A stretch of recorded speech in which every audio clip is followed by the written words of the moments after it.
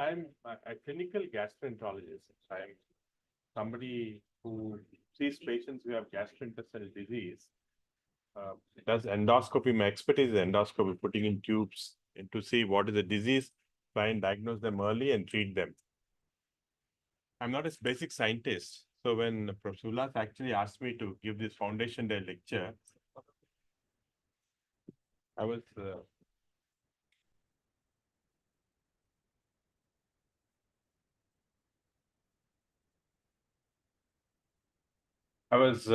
I realized that it's a great privilege to do this. But then what do I talk about? I can't talk basic sciences to you. All of you are very bright basic scientists here. I can't talk clinical science because that will bore you. Scientists, doctors are not many. And again, it's a very difficult topic to go into. It'll take a long time. So I thought I'll talk on something which is very new, which is emerging, which is also very exciting. You must have seen in the papers about the Stargate that US recently set up, where $500 billion were set up to put up artificial intelligence institutes in different areas. Also, the Indian government has recently set up 1,000 crores for setting up artificial intelligence in health and agriculture. So, and every day you see papers talking about artificial intelligence. A few years back, I was very skeptical about artificial intelligence health, mainly because I felt that doctor-patient, the relationship was more natural. You require natural intelligence. Artificial intelligence, as it sounds, is very artificial. I didn't realize what role it will have in health. My view has changed totally now. I believe that in the next 10 years, artificial intelligence is going to dramatically change how we practice medicine, how we do health. Of course, in basic science, already come in, but in medical sciences, how it's going to change. Of course, the other area, agriculture. These are the two areas that's going to make a major impact. I'll just give you a brief overview of our experience with this in recent years and how it's going to impact life. I know that it's not directly related to you, but I think interesting to see what's happening in this area. Slides. It doesn't change with this. No, I thought it was easier if I went distance, but maybe require artificial intelligence.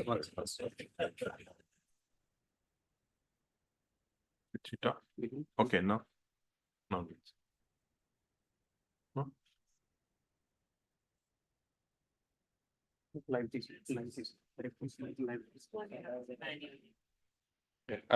Now it's work? Yeah. Okay. So just to say that I'm not an expert, I'm an expert actually at using ChatGPT, but I can't do algorithms and all. So when I was asked to give this talk, I went into ChatGPT and asked ChatGPT, what should I talk about? Because you're a very educated audience here. So I said, I have to give a 30-minute presentation on healthcare. Can you help me? And this is what it said.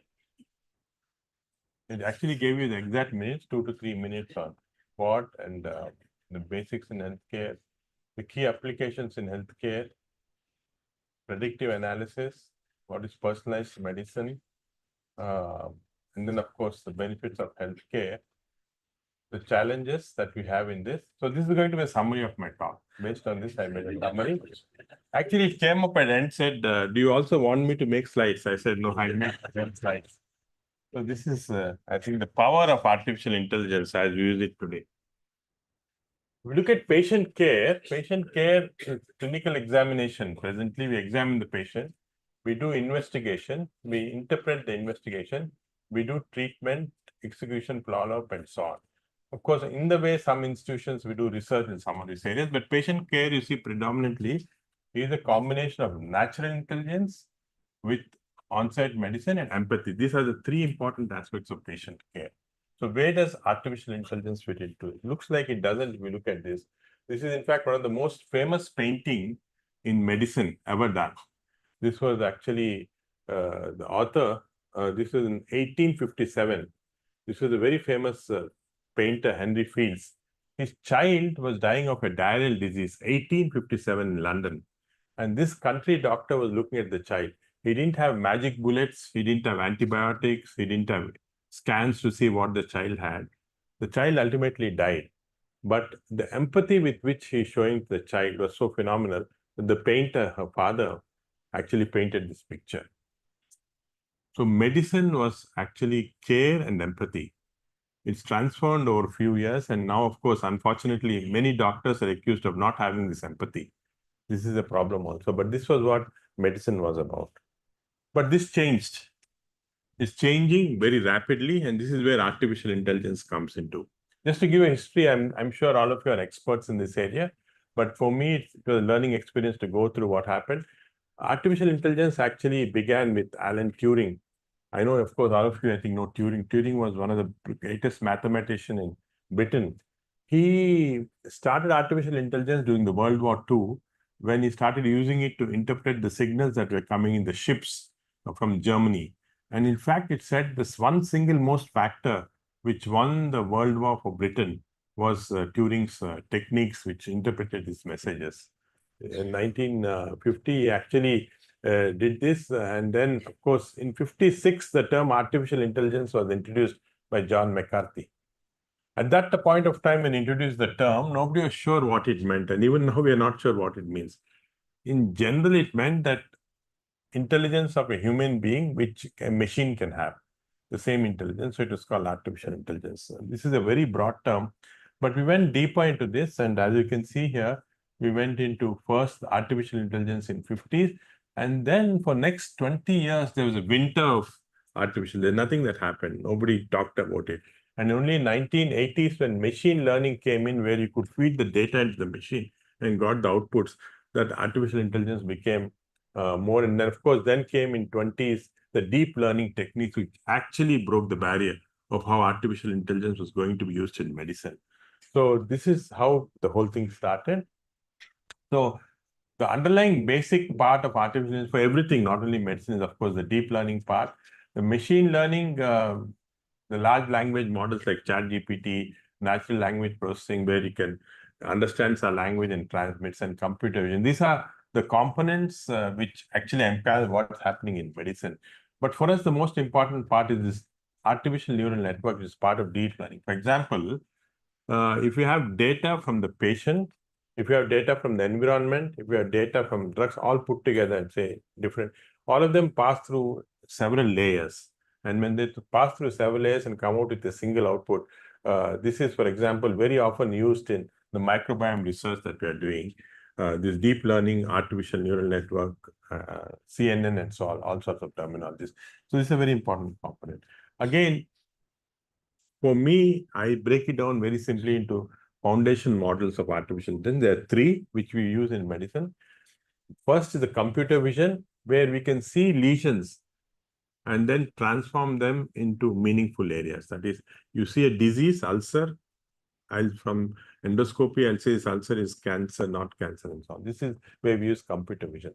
The large language models, of course, ChatGPT is an example.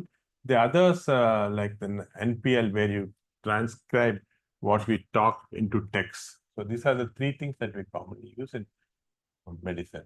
So computer vision, of course, has been starting with this for recognition. For example, if you quickly look at this slide, I don't know how many of you can say what is a dog, what is a muffin, but artificial intelligence does it very easily because the data has been fed into artificial intelligence. So this is how we use it. So if you look at artificial intelligence use in healthcare, of course, they're starting to use it in diagnostics, drug discovery, very, very important.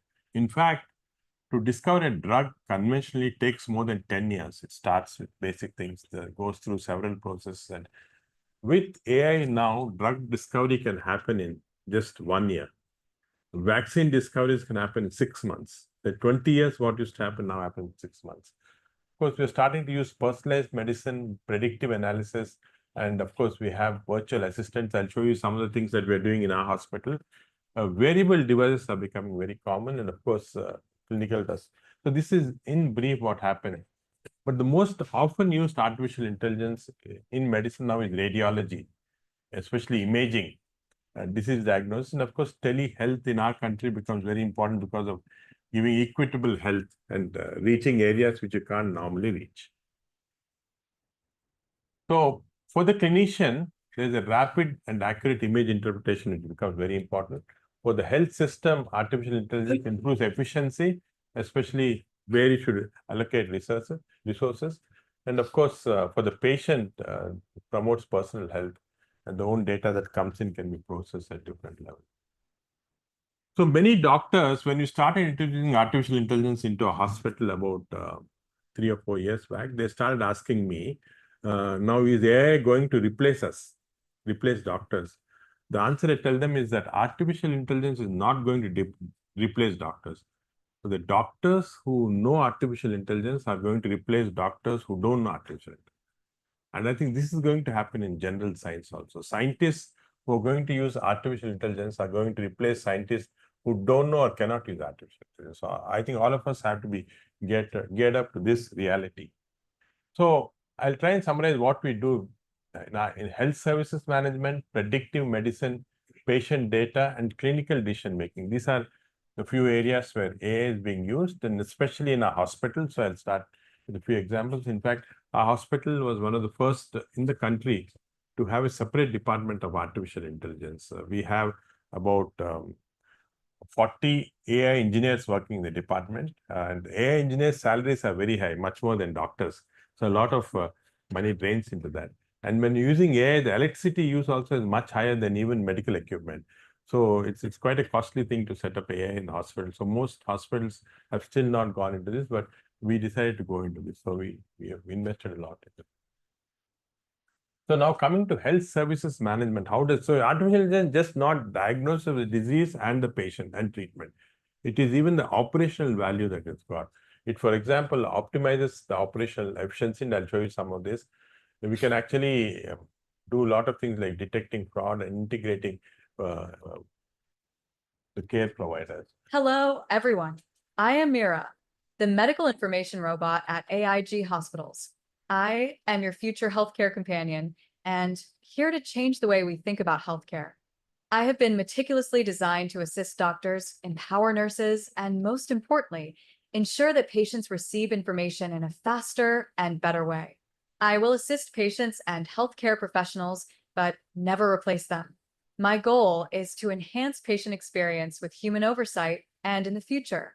With appropriate training, my role may increase for evidence-based circumstantial requirements. I look forward to learning from the clinicians' experiences to continuously enhance my skills in the field of gastroenterology and other specialties. Hello, everyone. I am Mira.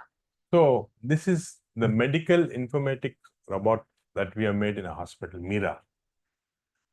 The reason why we felt this was very important is all over the hospital we put Mira everywhere.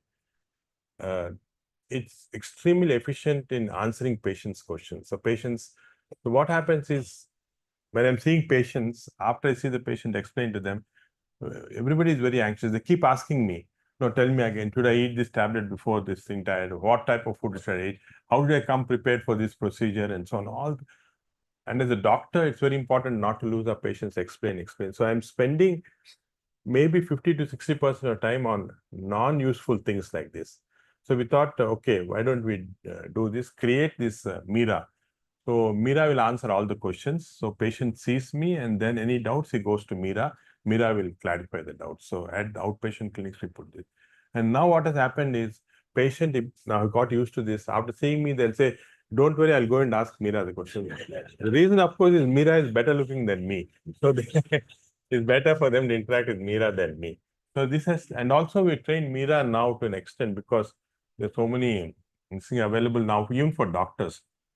For the youngsters, if there's a procedure like ERCP, for example, we do endoscopic to treat pancreas and bile duct.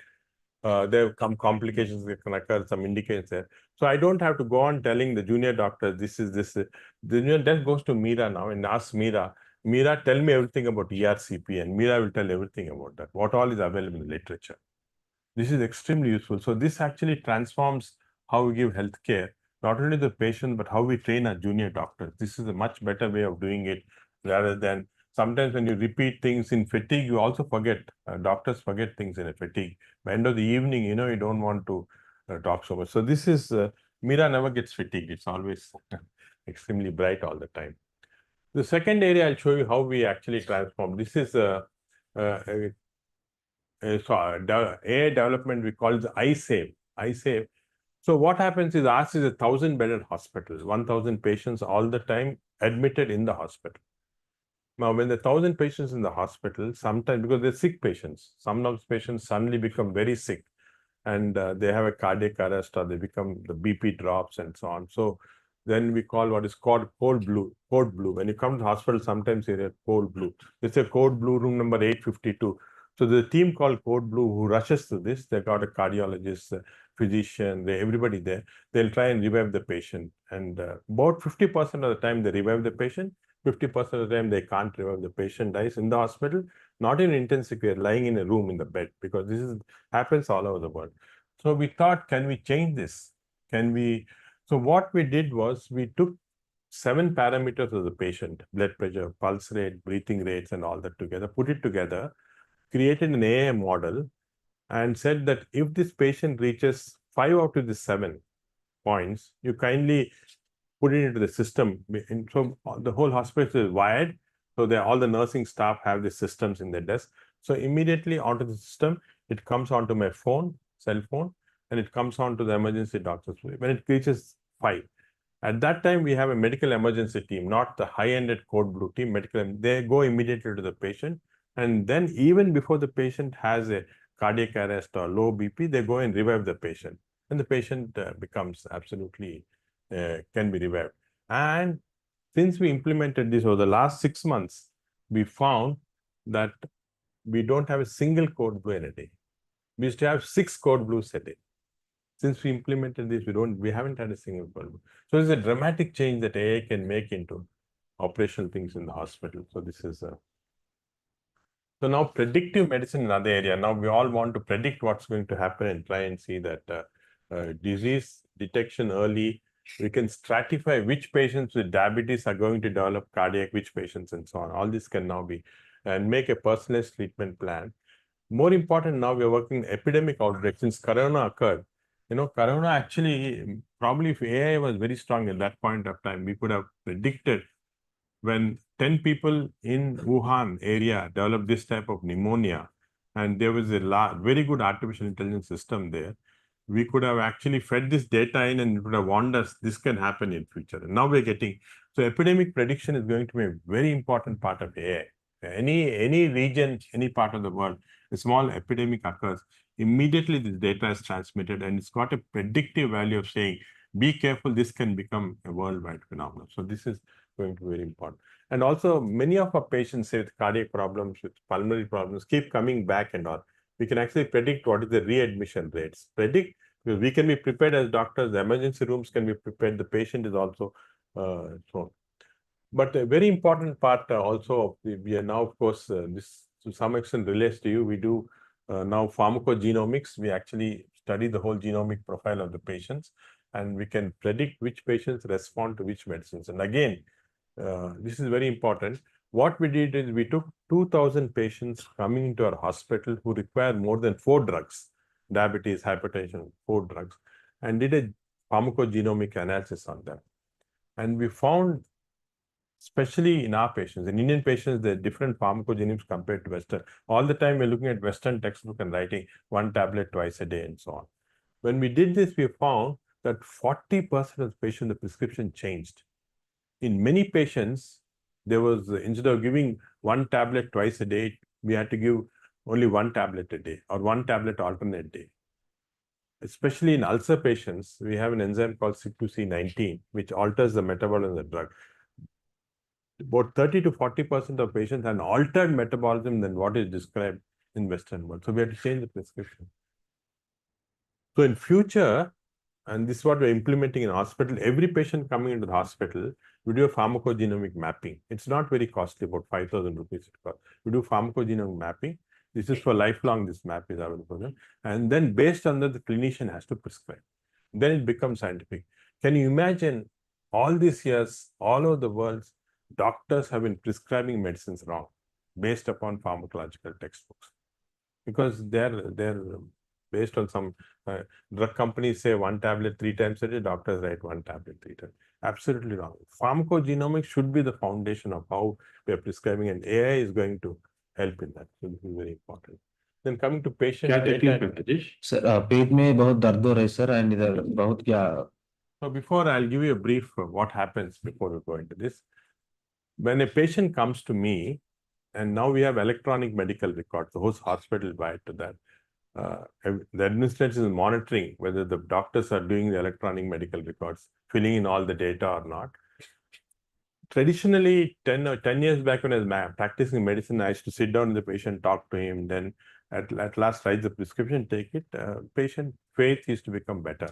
But this changed with EMR. EMR, every data, your grandfather had this, your father had this, everything has to be filled up completely because EMRs are, because this data is also important for analysis. So it's all over the world. One of the reasons why doctors are getting fatigued, why there's doctors are leaving their jobs is because of EMR. It's the most common reason. They say, if I spend 20 minutes with the patient, 17 minutes I'm spending looking at the computer, filling up, there's no eye contact with the patient. It's just becoming like so how do we overcome that? So to overcome that, we created what is called the prescription recorder intelligence summary. I now can talk with the patient, patient is talking to me, and what happens is everything is recorded in a segmented form. This is we're using NPLs for this. Using NPL, natural language processing system, NLPs, we can actually now. क्या तकलीफ है Rajesh? Sir पेट में बहुत दर्द हो रहा है sir and इधर बहुत क्या पेन आ रहा है सर ये कितने दिन से हो रहा है? सर 2-3 मंथ से हो रहा है सर 2-3 months. यस सर और जो जलन हो रहा है ज्यादा छाती में, यस सर ज्यादा हो रहा है सर नाजिया या वॉमिटिंग है, यस सर भूख कैसा अच्छा है? यस सर भूख ठीक है. यस सर और मोशंस का कोई प्रॉब्लम है क्या? Motions normal sir stools normal. Yes sir कुछ प्रॉब्लम्स है पास्ट में, कुछ डायबिटीज या नो बीपी सर का तो नहीं? No sir hypertension. No sir ये प्रॉब्लम जो है ना, यस वो आपको कुछ पेरेंट्स को भी है? यस सर मेरे पेरेंट्स को भी है सर पेरेंट्स को भी अल्सर था, Yes, फादर को ulcer. Ulcer yes sir ulcer So Rajesh, your diagnosis looks like peptic ulcer. So we'll have to do endoscopy and ultrasound. For that, I'll start you on medication, pantoprazole 40 mg daily. Once we do endoscopy, we'll give the pilot. I just press a button there. There's everything recorded. It comes in a segmental form. Everything is recorded there. Present complaints, allergies, past history. So क्या तकलीफ है Rajesh? Sir पेट में बहुत दर्द हो रहा है everything sir comes and in इधर a form which is in a segmented, like everything in electronic medical record. In the process, in between, if there's some gossip going on, did you watch this Pushpa movie or something, doesn't come in. It filters out all the gossip. It takes in only the medical this thing. So this prism now we're implemented in all our outpatient department. So that 20 minutes we're spending with the patient, 19 minutes is looking at the patient, only 1 minute we spend for the medical record. Just press a button, it records. So this is again something which is going to change the way we क्या तकलीफ? medicine. So of course, there are a lot of things that we do. Real-time monitoring and alerting is a very important part of AI system that's happening now. Telemedicine, again, more and more we're using it. Genomic medicine, as I told you. And of course, some of the examples also I tell you. This is a bed we got in ICU recently in a hospital. It's an artificial intelligence enabled bed. So the patient lies down in this bed. There's no need of a nurse. It records everything, the blood pressure, temperature, pulse rate. It also tells you the waves that are coming are different waves of different respiratory. It gives you everything on this, what is happening to the patient. Now we have hooked up to this is hooked up the IV line where we give medicines and all that. There's a crosstalk between all the diagnostics the bed is making in the IV line. For example, if the blood pressure is dropping, immediately it crosstalks to the machine and says, increase the flow of the fluid, normal saline. If the potassium or sodium levels are low, it says, increase the potassium. So from the fluid, you can start giving more potassium or sodium. So it's such an intelligent bed that the need for the nurses' numbers have dramatically decreased. Instead of having one patient in ICU with one nurse, now one nurse can manage 5 beds.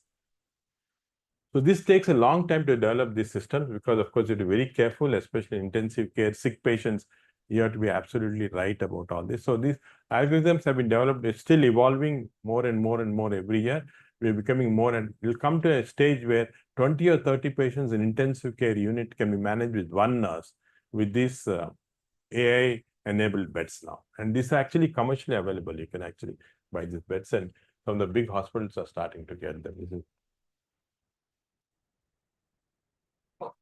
a lot of time we make clinical decisions based on the diseases the patient has, and just we say, okay, this is maybe peptic ulcer, let me give this. But this is changing. As I said, I told you the pharmacogenomics, how we are changing our prescription pattern, but also multidisciplinary collaboration becoming important. Patient is coming to me not only with ulcer, he has hypertension, he probably has a heart problem, his lipid levels are high. So it's becoming very multidisciplinary thing. That's the reason why we translated from Asian Institute of Gastroenterology, AIG hospitals, which are multi-specialty.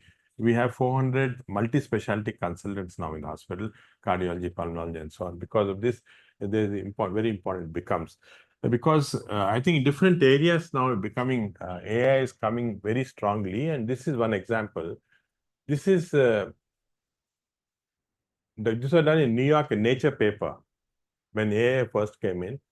So if you go to ChatGPT, there's an angle where you can actually look at images and tell the diagnosis. The ChatGPT looks at a lesion in the skin and tells the lesion. So this was actually a study which was done on 25 top dermatologists, skin specialists in New York, were shown a lesion in the skin and asked what is the diagnosis. 25 of them gave different diagnoses. Somebody said it's fungus, somebody said it's eczema, somebody said it's different things. When it was shown to ChatGPT, it said it's amyloidosis of the skin, a very rare condition, amyloidosis of the skin, it said. And when they took a biopsy and checked, it was amyloidosis of the skin. So all the top dermatologists missed it, ChatGPT picked it up.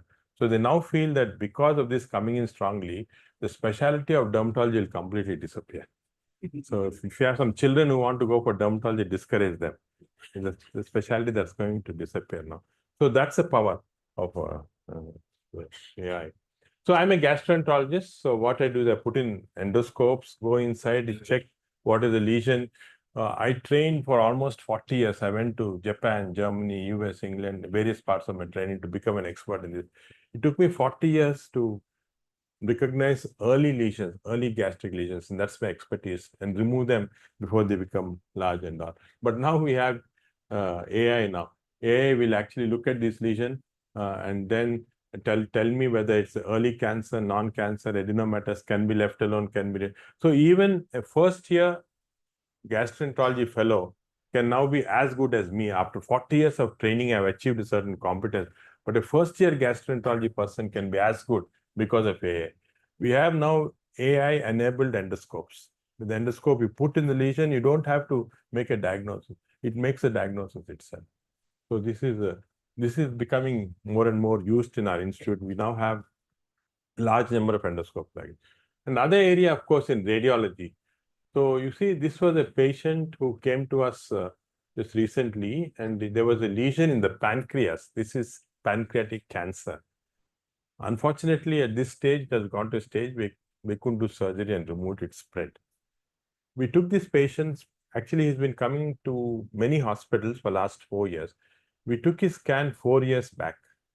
4 years back, the scan done one of the hospitals, and subjected it to AI. And the AI said that in the next 3 years, this patient is going to develop pancreatic cancer. If we had that knowledge then, we probably would have caught it 3 years back and saved this patient. This is another area where dramatic difference are going to make. AI is going to early diagnose many cancers by radiology, which have been missed, because conventional radiologists can miss because of patterns which we don't recognize early, other things like fatigue, competence, and so on. But AI is never going to get tired. It's going to all the time.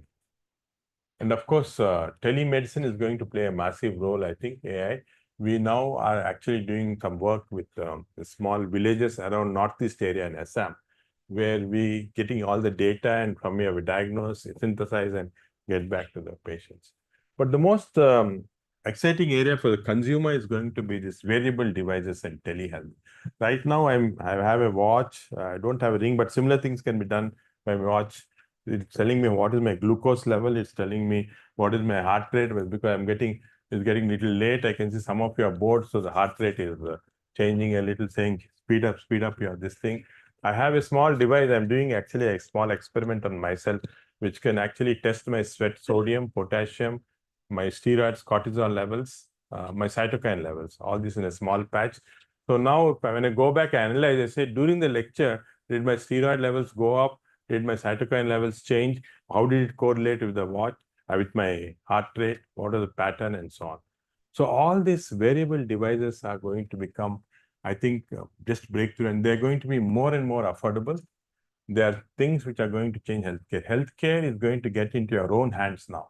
You don't have to go to a doctor. We already have many of this now. For example, blood sugar monitoring. I have a CGM now in me. I monitor my blood sugar every minute. The sugar levels come up. I know that I had a cup of coffee with Professor Ullas this morning. I know that my blood sugar went up a little, 20 milligrams, but settled down now again. So this, everything is completely monitored. And all are cross-talking with each other. Sugar is going up, steroid is going up a little, cortisol levels are going up. My potassium level is coming down a little, so I have to probably have a little more potassium. So it's becoming very, it's very interesting. It's very easy to do it.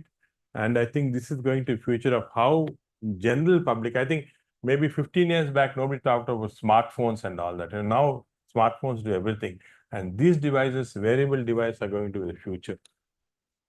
So I actually thought about this intelligent toilet. This is, you can see I was in Hong Kong recently. This, when we go for a stool, you waste the stool, right? It goes off. But the stool microbiome contains so much of important information that it's analyzes everything. So I was just last week in Hong Kong in a meeting, and they actually outside the conference hall was this toilet.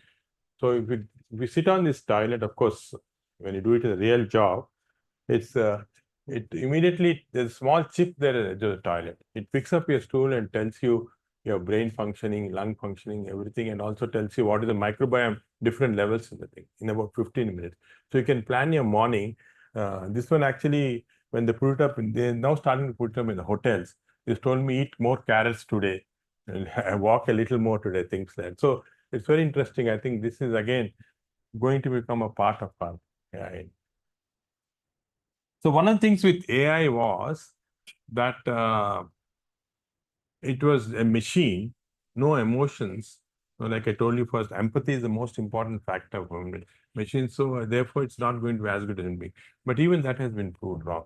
In a recent, I think there was a large study published in JAMA where patients were asked to call the hospital and complain and say all sorts of things. And the reaction of the patient to doctor talking to them or a computer talking to them was compared.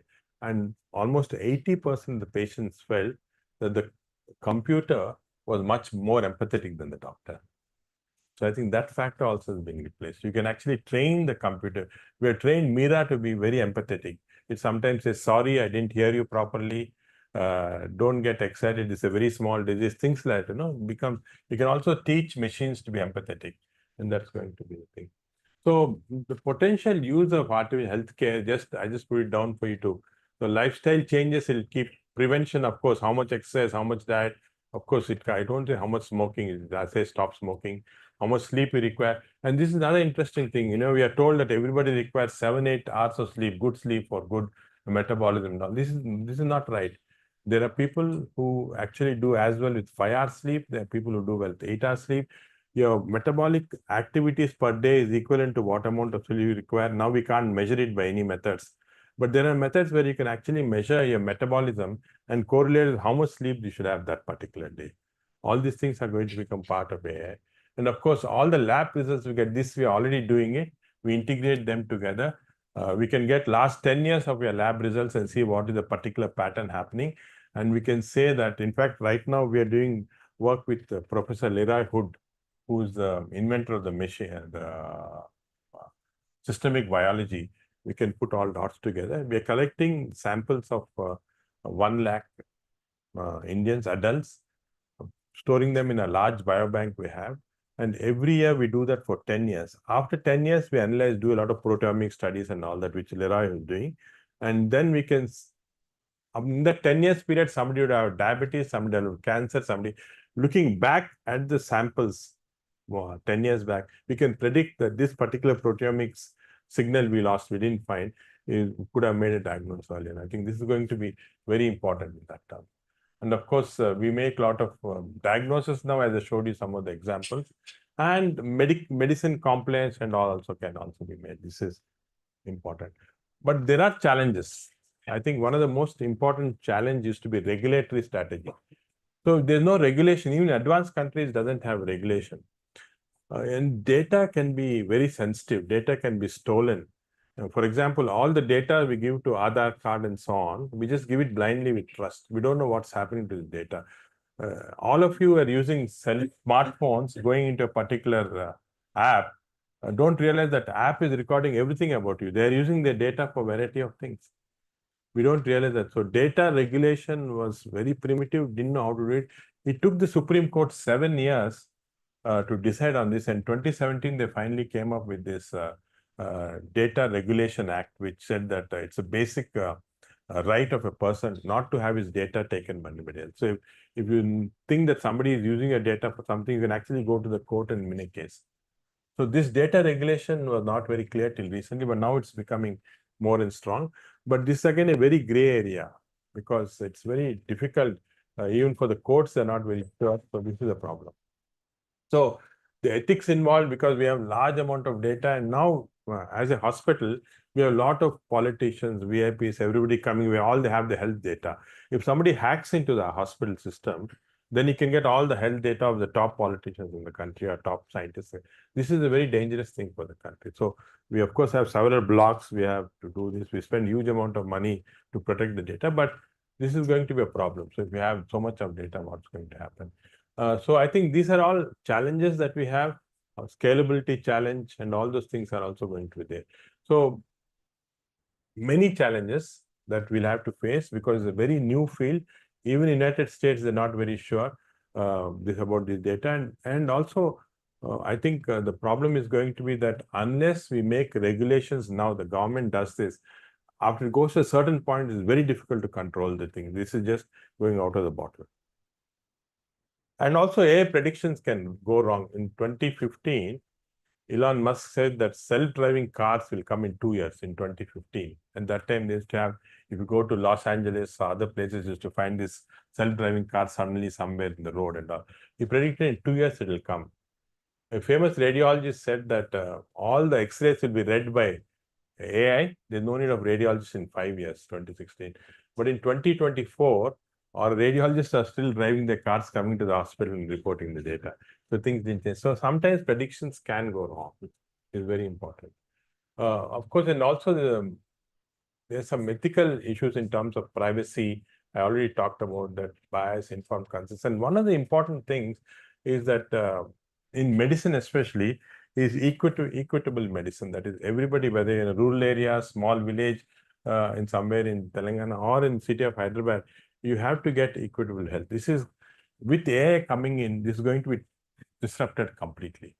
And this is something you have to be very careful about. Otherwise, it produces a lot of disruption in society.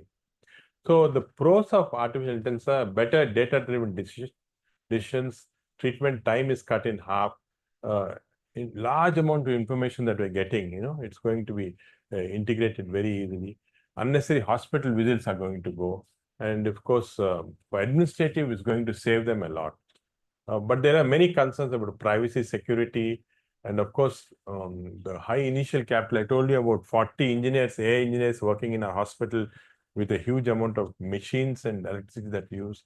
And the other problem is, of course, lack of internet. Hospitals are not talking with each other. This is a big problem. Our EMR systems don't talk with each other. This is something that has to be done so that if you look at the amount of data India can generate, if all the hospitals had uniform systems and were talking to each other, you can create magic in that. And of course, the biggest problem for us in a hospital when we implemented it, we found that the nursing staff is willing to take up AI. The cleaning staff is willing to take up AI. Administrative staff is willing to take up AI. The senior doctors are not willing. Doctors of my age and all my colleagues say, why should you do all this? I'm not interested. Let me do the conventional way. This is a problem. So reluctant. And of course, I think India is at a big advantage now because one, we have data. No other country has so much information, health information data, one. And number two, we have very bright engineers who can work at this. We have a very young team of doctors who are coming up. Just imagine if all come together, what we can produce. In fact, I don't know, you must have seen in papers today about the DeepSeek, which the Chinese DeepSeek company has been able to produce a superior to ChatGPT type of app for about 1,000th of the cost. This is the advantage India will have. India can do AI in healthcare at 100th the cost of what Western world is doing, or maybe 1,000th the cost. We can dramatically revolutionize using healthcare in health and show the West how it should be done. This is a great opportunity for us, and I think the government also is cognizant. In fact, 1,000 crores have been allotted to that. It's nothing compared to $500 billion, but for us, 1,000 crores with the type of talent we have here is equivalent to $500 billion. This is for sure. Because ultimately it's the money, I think. So you see that AI is going to contribute $15 trillion to the world economy. It's going to be huge, and AI health is going to be a major impact on that. So power shifts are occurring. I think in earlier on it used to be agriculture, which is to drive economy in the world. Then came military for several. The World War I and II were bad for people, but good for economy. There's, I think, a lot of economy came. Then came trade, and then came technology. I think the next economy-driving thing is going to be AI. The 17th century belonged to steam power, 19th century to mass production, 20th century to computing, and 21st century, ladies and gentlemen, is going to be AI. And this is where India can leapfrog. We couldn't get into this. We lost steam power. We couldn't get into mass production. We didn't have the infrastructure. We were behind computing, but at least a little better off. But this is the area where we can be ahead of the world. This is the area which is tremendous opportunity with the talent we have in engineering, youngsters that are coming up, I think, going to make. Because as Charles Darwin said, it's not the strongest of the species that survive, not the most intelligent one, but the one most responsive to change. And this is a chance to be responsive to change. This change is going to come definitely. If we respond at this point of time, we will be a superpower in this. I think this is very important, because show you what happened in 2009. Traffic United States used to be monitored by helicopters and pilots. Cameraman used to be there and tell you, go NH1, don't go NH5, go because traffic is empty. In 2019, 10 years later, it's all done by drones completely. No more pilot or no more cameraman. So just in 10 years, both the cameraman and pilot both lost their jobs. And this is going to happen unless you are getting into AI enabled, all our research, all our medicine, the way we practice is going to change completely. So that's the reason why we started this. Although it was very expensive, it was at that time progressive. We started this large AI institute, and of course, I welcome all of you if you're coming. And as Professor Ullas said, I think it'll be a good opportunity for us to combine together to visit our AI institute to see some more things that are happening there. We have a lot of very bright engineers working in this area, creating a lot of new things. But of course, we're getting there, but sometimes I feel very fast, because AI has the potential to free up so much of our time. How will we use all the free time? Mostly to worry about all the potential issues of having created the AI.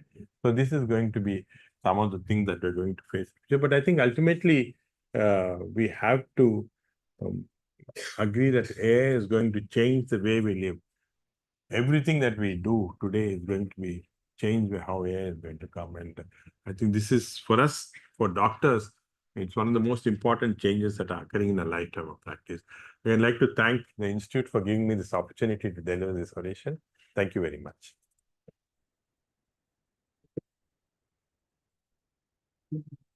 Yeah, sure. All agreed, fascinating talk, and I'm sure there won't be too many questions. We have limited time, 6 questions. Yeah, no problem. Thank you, sir. Very enlightening presentation. I am here. Where are you? I'm here. Oh, yeah. So when we talk about artificial intelligence, what is the probability of errors? What is the possibility of? Error.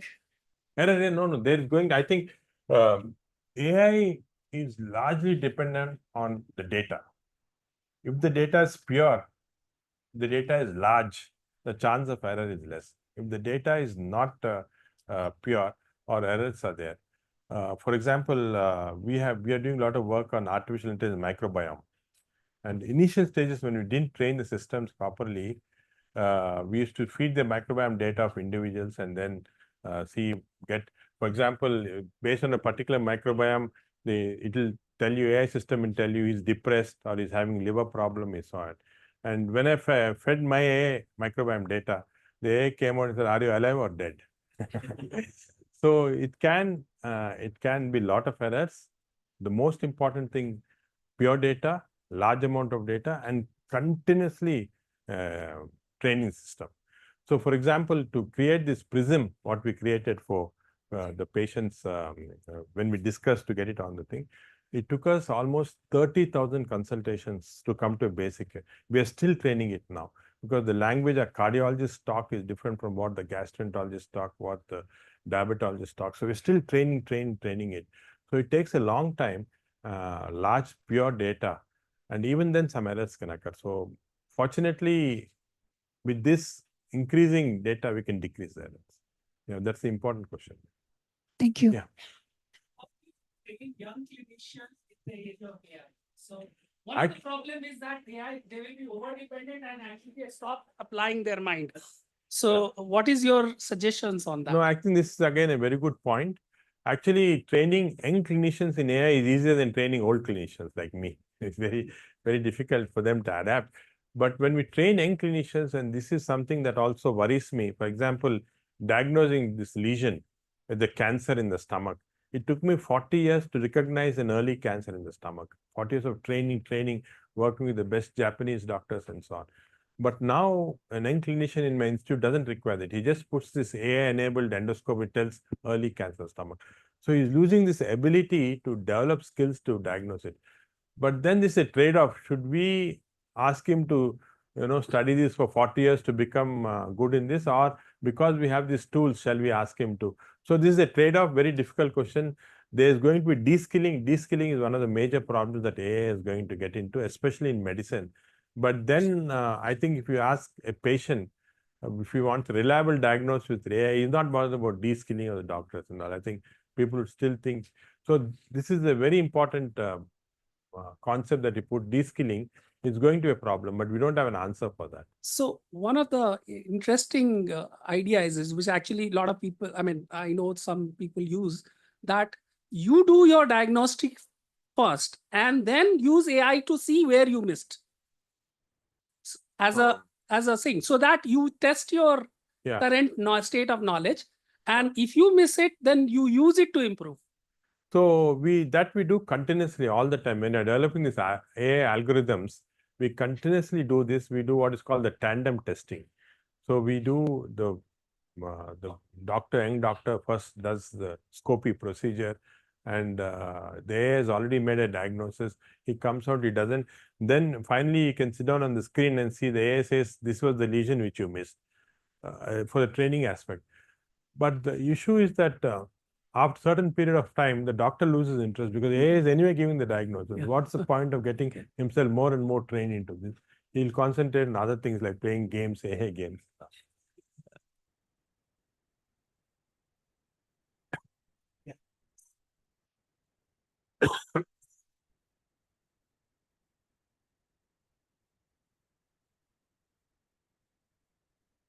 Hello, sir.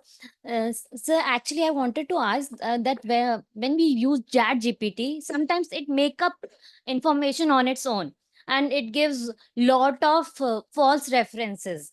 So, have you observed this kind of observation with your AI model Mira? Because AI tend to create their own information. Yeah. So, how will you separate the real information with whatever AI is making up?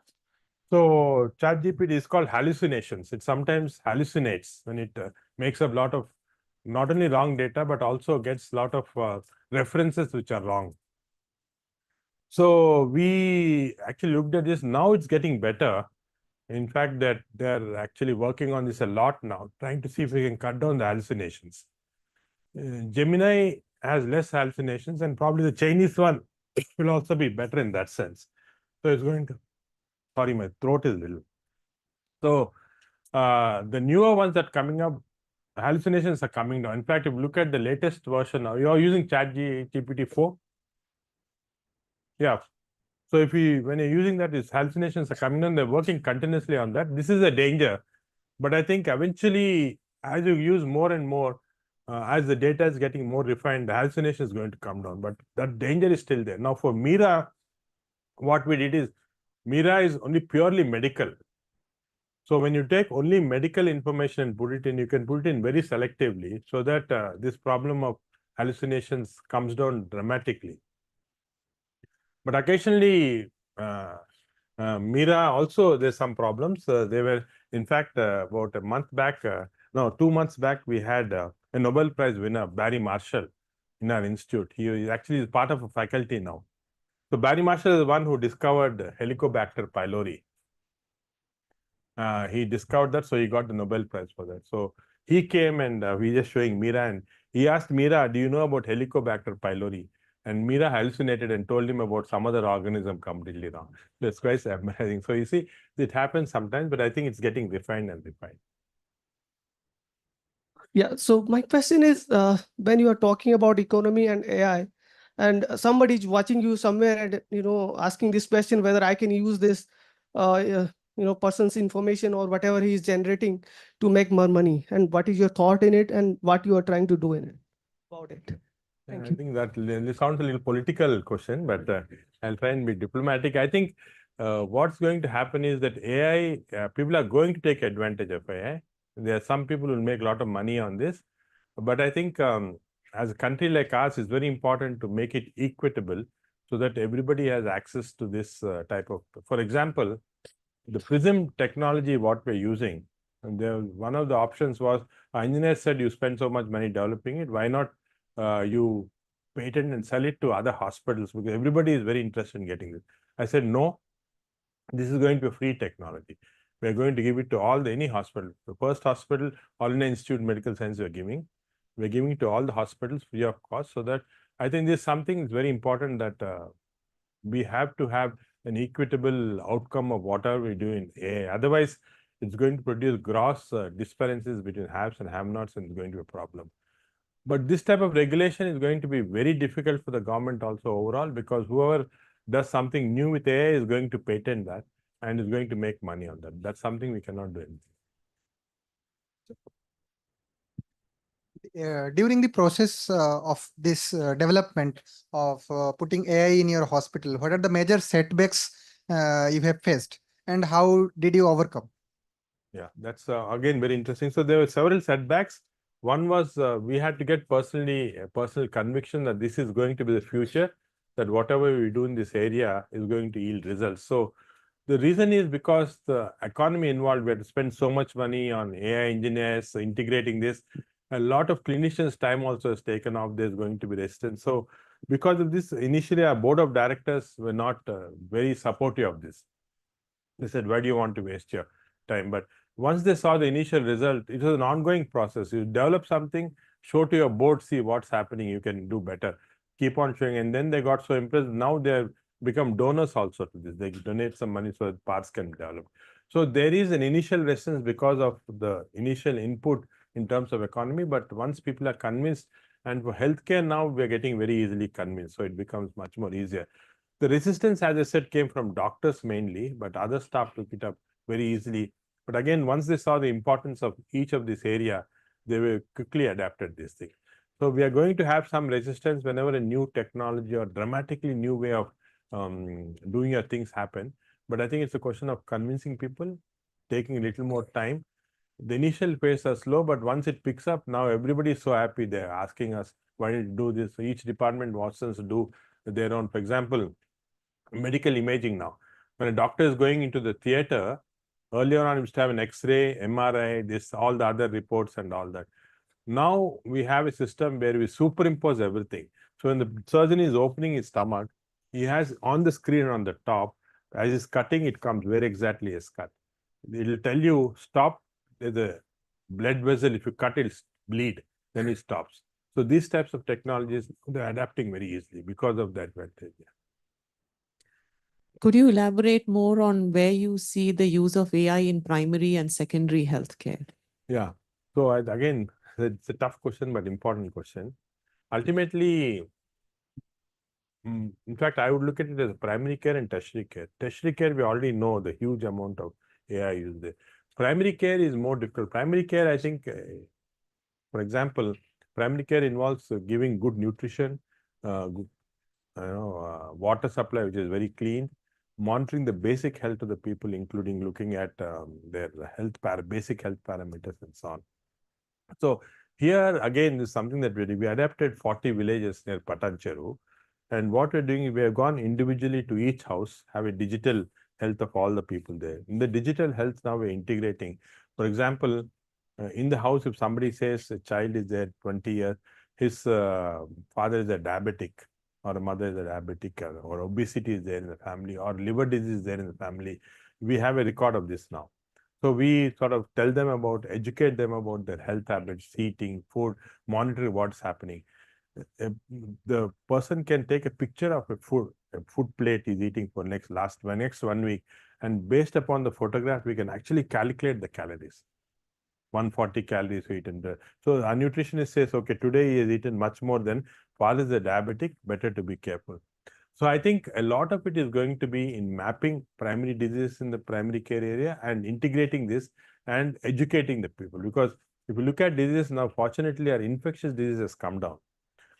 We have been doing work in the villages for last 20 years. But 20 years back, when you go to this village, about 80% of the patients had infective diarrheas, fevers, or infective liver disease like abscesses. Now, when I go to the village, I don't see this at all. We see very little infective diarrheas. We are seeing more westernized disease like Crohn's disease and all that. We in fact looked at this and looked at various epidemiological parameters, why this is occurring shift.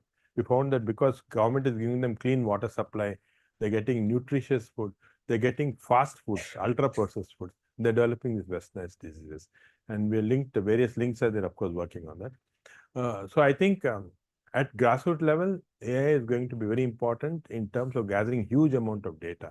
The critical point is what government have advised is also should go into the villages, get digitalized records of all the people. It's not so difficult. You give health workers tabs, they can use it very well. Get digitalized records, they're fed into a central thing, and then you can monitor the whole thing central by linking the family history, the records, everything together. So, but I think to me, that looks as one of the most important aspects of how AI can transform Indian health compared to, come to tertiary care, how many small group of people come, Excuse me, sir. Last question, please. Yes, sir. On your right. Yeah. So you emphasized about the importance of, data privacy since you have a large amount of data. Yeah. At our level, what are a few practices we can adopt to kind of safeguard all this data? So I think it's very difficult at our level to do it because this requires a lot of engineering effort. We are spending every year about 5 crores for data protection. The agencies like Deloitte and others who are private agencies who do it for us, they put a lot of firewalls, a lot of things they do they have several types of walls, imaginary walls between the data and how it can be taken out. So data protection is a very, very expensive area. Individually, very difficult for each of us to do this. It has to be done by specialists in data protection.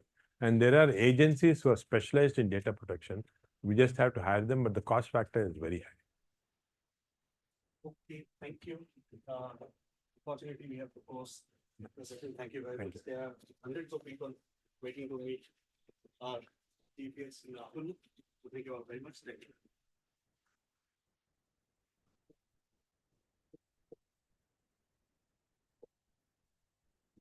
Thank you very much for this excellent presentation. May I now request Dr. Ullas to kindly honor our esteemed guest with a memento as a token of appreciation for our love and respect towards his exceptional contributions.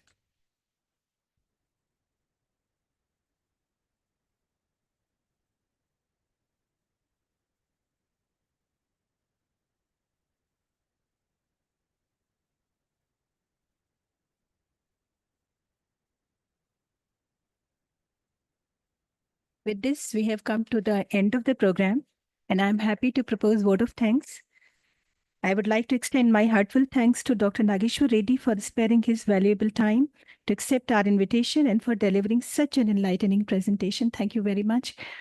A special thanks to Director for all the support and encouragement provided in organizing this event. A special mention to Dr. Abhijit Sardesai for all his support.